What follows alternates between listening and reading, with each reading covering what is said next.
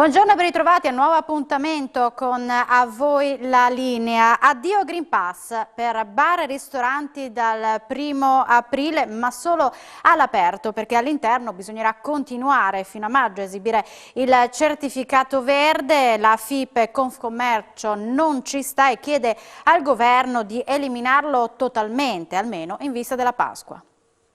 Per bar e ristoranti il Green Pass è quasi arrivato a scadenza dal 1° aprile, però solo all'esterno, perché all'interno bisognerà continuare ad esibire il certificato verde fino all'inizio di maggio. Una decisione questa che non è stata accolta bene dalla FIP e Confcommercio. Siamo con Fabio Cadamurro, il presidente provinciale di Pordenone. Insomma, vi aspettavate altro, però poi insomma da aprile bisognerà continuare a chiederlo all'interno. Sperando non sia un pesce d'aprile, ma scherzi a parte, ci aspettavamo un passo importante maggiore. Non capiamo perché dobbiamo restare questi 30 giorni con un Green Pass all'interno. Secondo me si poteva fare qualcosa in più.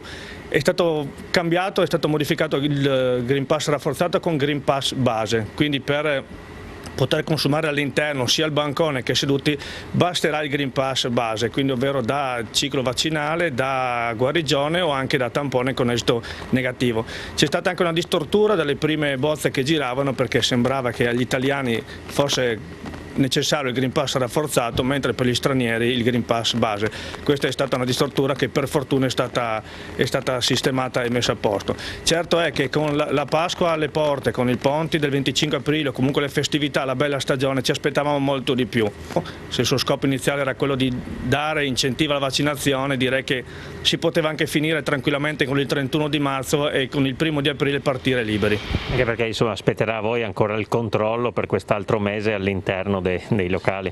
Su questo aspetto FIP nazionale ha chiesto, credo ormai più volte e da diversi mesi, almeno la responsabilità individuale, almeno in modo da esentare i pubblici esercizi dal controllo e soprattutto da eventuali sanzioni, ma neanche questo aspetto è stato accolto, quindi veramente siamo un po' delusi anche da questo e siamo un po' delusi da come stanno un po' andando le cose. Io capisco che la situazione è ancora, per quanto per fortuna, sotto controllo, ma ci sono ancora situazioni un po' al limite, ma si poteva sicuramente fare di più ed era il momento di dire basta.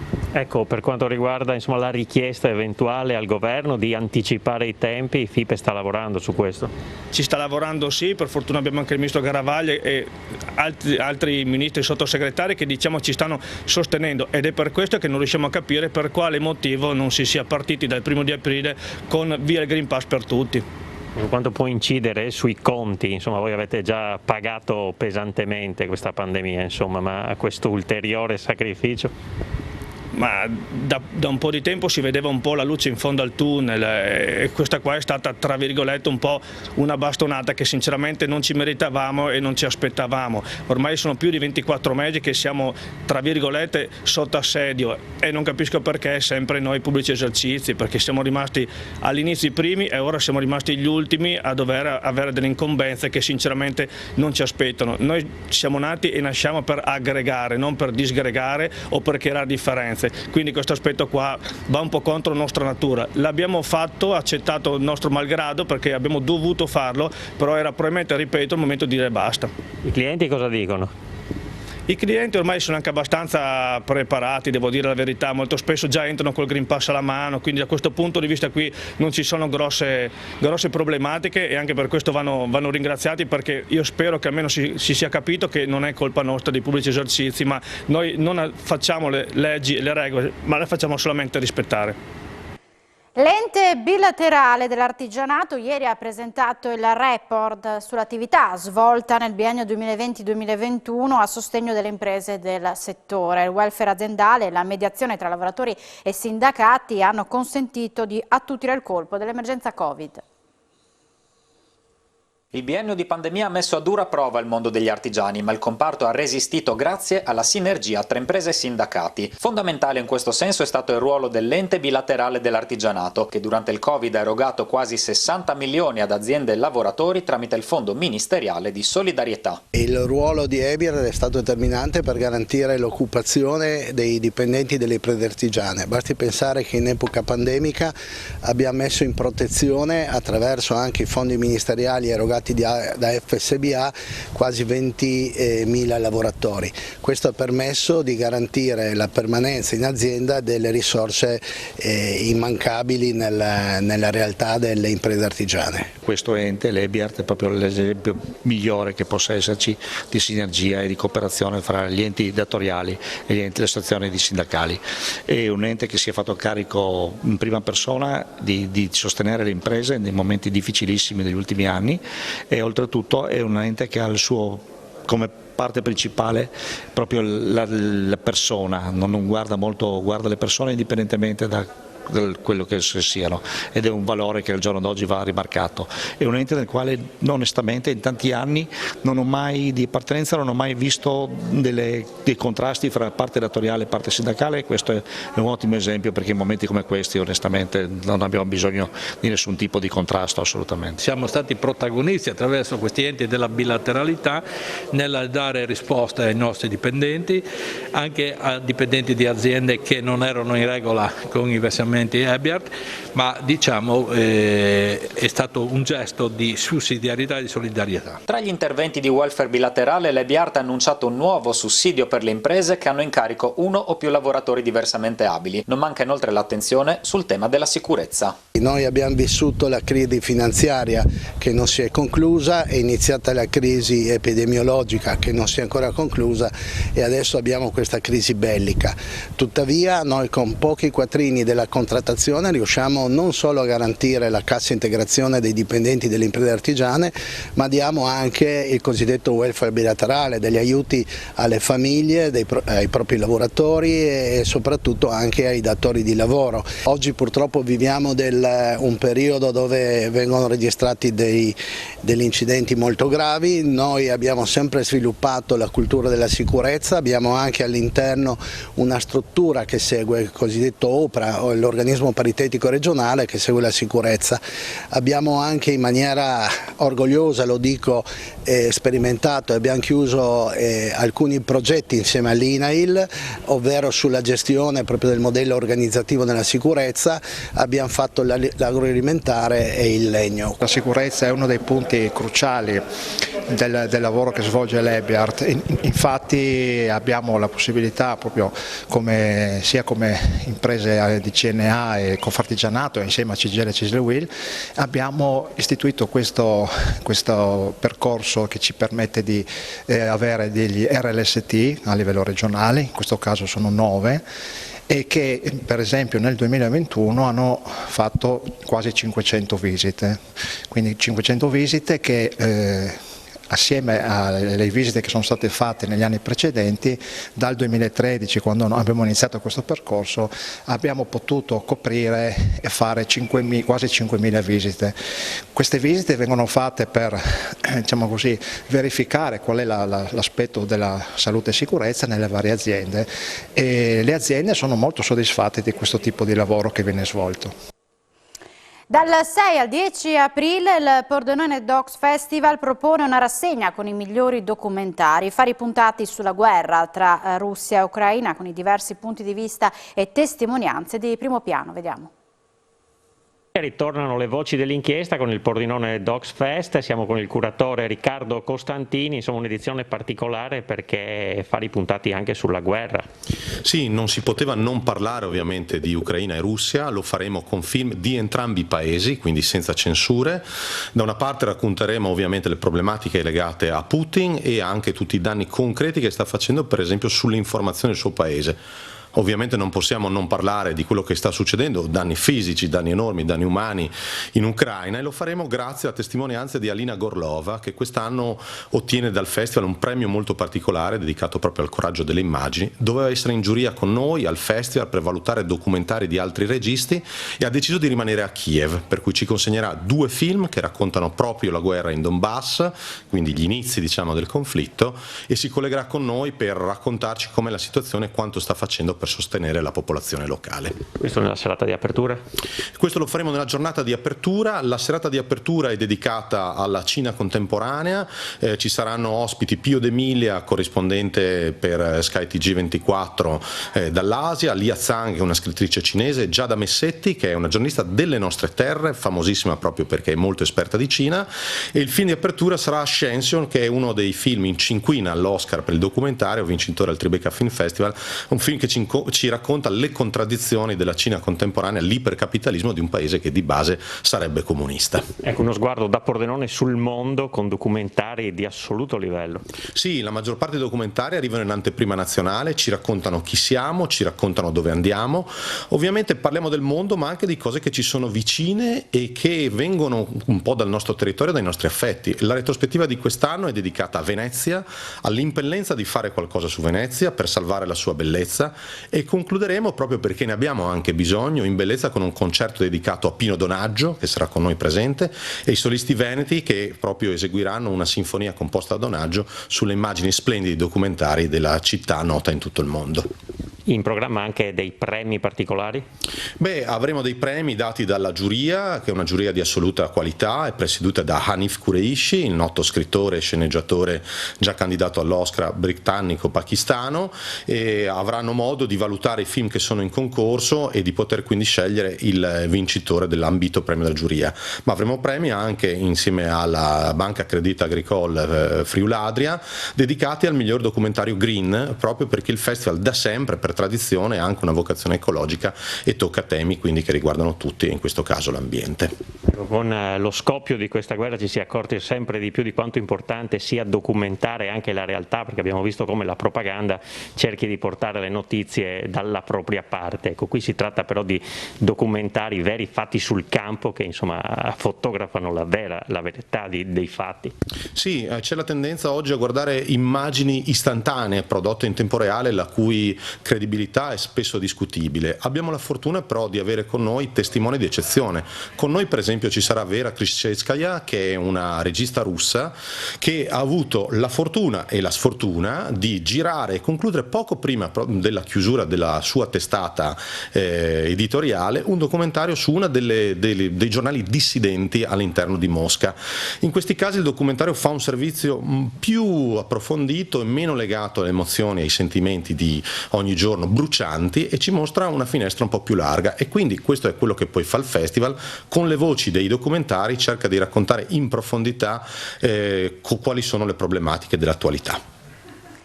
Piccola pausa per la pubblicità, ci rivediamo tra poco, da voi la linea.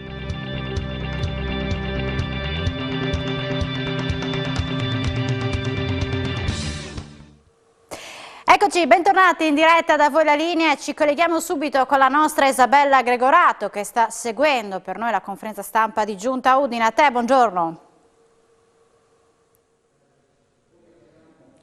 Buongiorno Alexis e buongiorno ai nostri amici telespettatori. Intanto cominciamo questo collegamento dicendo che stiamo attendendo a momenti l'arrivo del prefetto di Udine, perché deve siglare un accordo per quanto riguarda l'accoglienza di persone che fuggono praticamente dall'Ucraina. Persone che fuggono dalla guerra. E intanto parliamo con l'assessore Alessandro Ciani, l'assessore alla sicurezza, che ci anticipa un attimo questo evento perché il prefetto non è ancora arrivato. Sì, c'è una importante convenzione tra Prefettura e Comune di Udine per l'accoglienza di almeno 100 persone. È una convenzione che la Prefettura sta stipulando con diversi comuni. Ovviamente il Comune di Udine per grandezza ha la possibilità di accogliere un numero rilevante di profughi. Ovviamente poi ci sarà, ed è in corso di pubblicazione, un bando a cui potranno aderire i soggetti del terzo settore, penso ovviamente a delle cooperative, penso a Caritas, a Croce Rossa, che si faranno carico poi di fatto dell'accoglienza dei profughi ucraini. Il Comune di Udine inoltre inoltre ha già attivato attraverso la residenza IFAGE, penso che sia un gesto particolarmente importante da parte del Comune di Udine e di Quiete per accogliere in particolare le famiglie e persone ovviamente che si sono in condizioni di enorme difficoltà. Abbiamo accolto proprio recentemente una coppia con la moglie che aveva dei problemi di salute piuttosto seri e il marito in carrozzella, quindi con un handicap. Penso che si tratti di storie molto delicate e la risposta che il Comune sta dando a questa situazione è una risposta che giudico molto positiva. Ecco, il prefetto non è ancora arrivato, possiamo parlare anche di iniziative per quanto riguarda l'occupazione del suolo pubblico in città? Sì, più o meno un anno fa avevamo concesso alle farmacie di occupare il suolo pubblico per installare i gazebo, delle strutture per l'effettuazione dei tamponi. Purtroppo la situazione ancora non si è totalmente risolta e c'è ancora molta gente che ha bisogno di effettuare tamponi e quindi abbiamo prorogato queste occupazioni fino al 30 di giugno. Anche il fatto che venga meno per alcune attività il Green Pass rafforzato e per alcune attività serva il Green Pass base significa che probabilmente ci saranno ancora persone che necessitano del tampone effettuato a prezzo calmierato da parte delle farmacie. Quindi solamente lo spazio in più per le farmacie, quindi per le altre attività dovranno pagarlo lo spazio? No, perché ci sono le attività fondamentali che utilizzano lo spazio pubblico, quindi bar e ristoranti, per cui la Giunta ha già previsto la gratuità delle occupazioni. Ovviamente lì si tratta di un'operazione molto molto rilevante e che abbiamo deliberato un paio di sedute di Giunta fa. Bene, lasciamo l'assessore Alessandro Ciani che dovrà andare appunto ad accogliere il prefetto quando arriva e noi parliamo ancora di accoglienza con l'assessore all'istruzione Elisabetta Marioni, perché ci sono già in città, sappiamo, questo è il numero già certo, già assodato, 45 bambini ucraini che sono già stati iscritti nelle scuole. Sì, buongiorno a tutti, già iscritti nelle scuole primarie e secondarie di primo grado dei nostri 6 istituti comprensivi. Tra l'altro 2 di questi 45 bambini sono stati inseriti anche in una scuola dell'infanzia. E sono bambini che sono giunti a Udine con le mamme, le nonne, le zie, vivono in famiglie che li ospitano e l'inserimento, da quanto mi dicono i dirigenti scolastici, è stato molto proficuo per questi bambini che devono ritrovare momenti di normalità e di serenità. Ecco, tra l'altro siete in attesa di riceverne ancora, non avete ancora il numero preciso, ma dovrebbero essere tanti dalle notizie che vi giungono. Sicuramente nelle prossime settimane arriveranno altri bambini. La misura che noi abbiamo preso oggi è una misura importante perché consentirà ai bambini iscritti nelle scuole primarie e secondarie di primo grado provenienti dall'Ucraina, iscritti in classi in cui è previsto il rientro pomeridiano e anche il tempo pieno, ecco, la possibilità di accedere anche alla ristorazione, al servizio di ristorazione gratuitamente. È una decisione che noi abbiamo preso proprio per favorire questi bambini sono in condizioni così difficili. È giusto che vivano questo momento in comunione, il momento del pranzo con i loro nuovi compagni di scuola, quindi una misura importante a favore dei bambini provenienti dall'Ucraina. Bene, ringraziamo l'assessore all'istruzione del Comune di Udine, Elisabetta Marioni.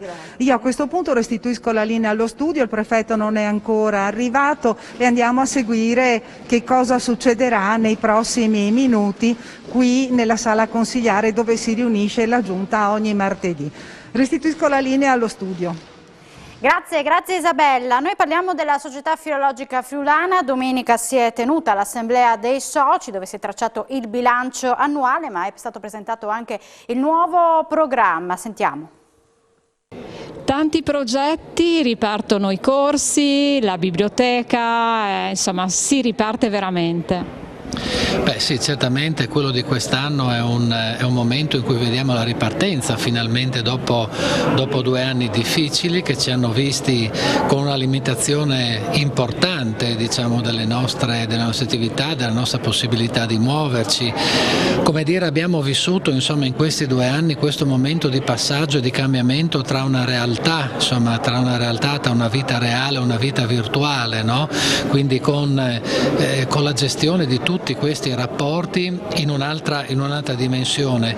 Naturalmente dobbiamo tornare a riappropriarci della nostra vita, dei nostri spazi, dei nostri momenti, del contatto personale con le persone.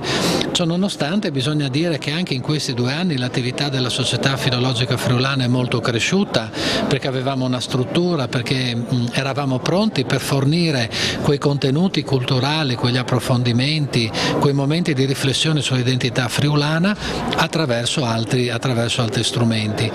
Esempio possiamo dire la Settimana delle Culture Furlane che abbiamo vissuto in questi 2 anni nella duplice versione, insomma, tra alcune cose abbiamo fatto in presenza, alcune cose abbiamo fatto sulla piattaforma, e questo, diciamo, tra l'altro lascia anche a capitale, ecco, diciamo, cioè l'esperienza maturata in questi anni. Così questo sarà anche l'auspicio per la prossima Settimana delle Culture Furlane che abbiamo dal 5 al 15 maggio, che appunto ci vedrà impegnati ancora una volta in questa doppia, diciamo, in questa dimensione, la dimensione reale, quindi della presenza, quindi della partecipazione della gente, e in questa dimensione in rete virtuale, digitale, tecnologica.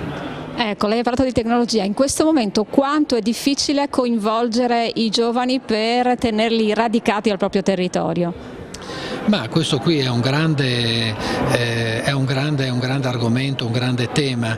Bisogna dire che la sensibilità verso la cultura, verso l'identità, verso le tradizioni, verso la storia è sempre qualche cosa che, diciamo, cioè che risulta, insomma, che si esprime più in là con l'età, ecco, nel senso che uno si lega alla località, si lega alle sue radici, alla sua identità, magari quando è un po' meno giovane, ecco, diciamo, un po' meno giovane, però è, diciamo, fondamentale continuare a seminare, diciamo, cioè seminare bene, seminare valori positivi appunto dell'identità friulana, e questo facciamo costantemente con tutti i progetti naturalmente che abbiamo per le scuole, con il DocuScuole, che è il centro di documentazione sulla scuola friulana, tutte le pubblicazioni, con il diario Olmis, che ormai è un compagno di generazioni dei nostri bambini a scuola, quindi con un impegno costante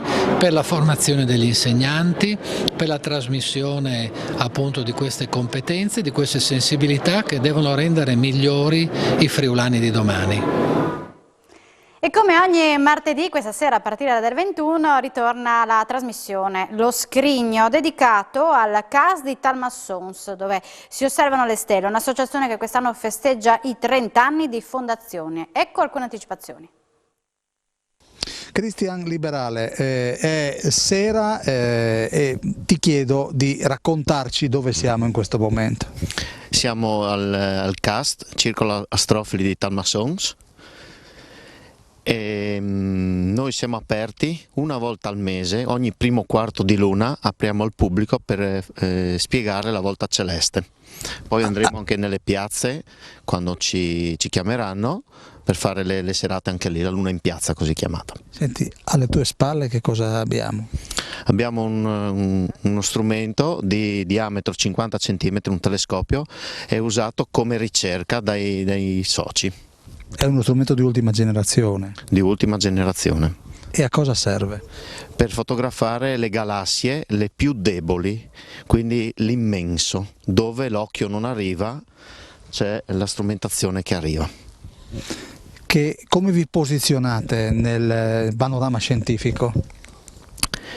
Un po' coi computer, che quelli ci aiutano. Una volta non esistevano. Quindi io dico sempre, i navigatori si basavano sulle stelle, quindi le stelle sono come una mappa, quindi conoscere il nord, sud, est e ovest, loro non avevano la bussola, guardavano il cielo, quindi si orientavano. Dobbiamo ricordare, e poi chiudiamo, che voi avete all'interno del vostro gruppo una eccellenza, che è un grande studioso, anzi un fotografo di stelle comete. Sì, è Rolando Ligustri, ha fatto parecchie foto di comete, ha ricevuto 16 APOD, che sono foto riconosciute dalla NASA, quindi poi vanno su delle riviste molto importanti, e quindi noi abbiamo una persona veramente di valore in questa associazione. Se ne parlerà dunque questa sera allo Scrigno a partire dalle 21, noi siamo in chiusura. Grazie per l'attenzione, il telegiornale torna in diretta alle 16:30, buona giornata.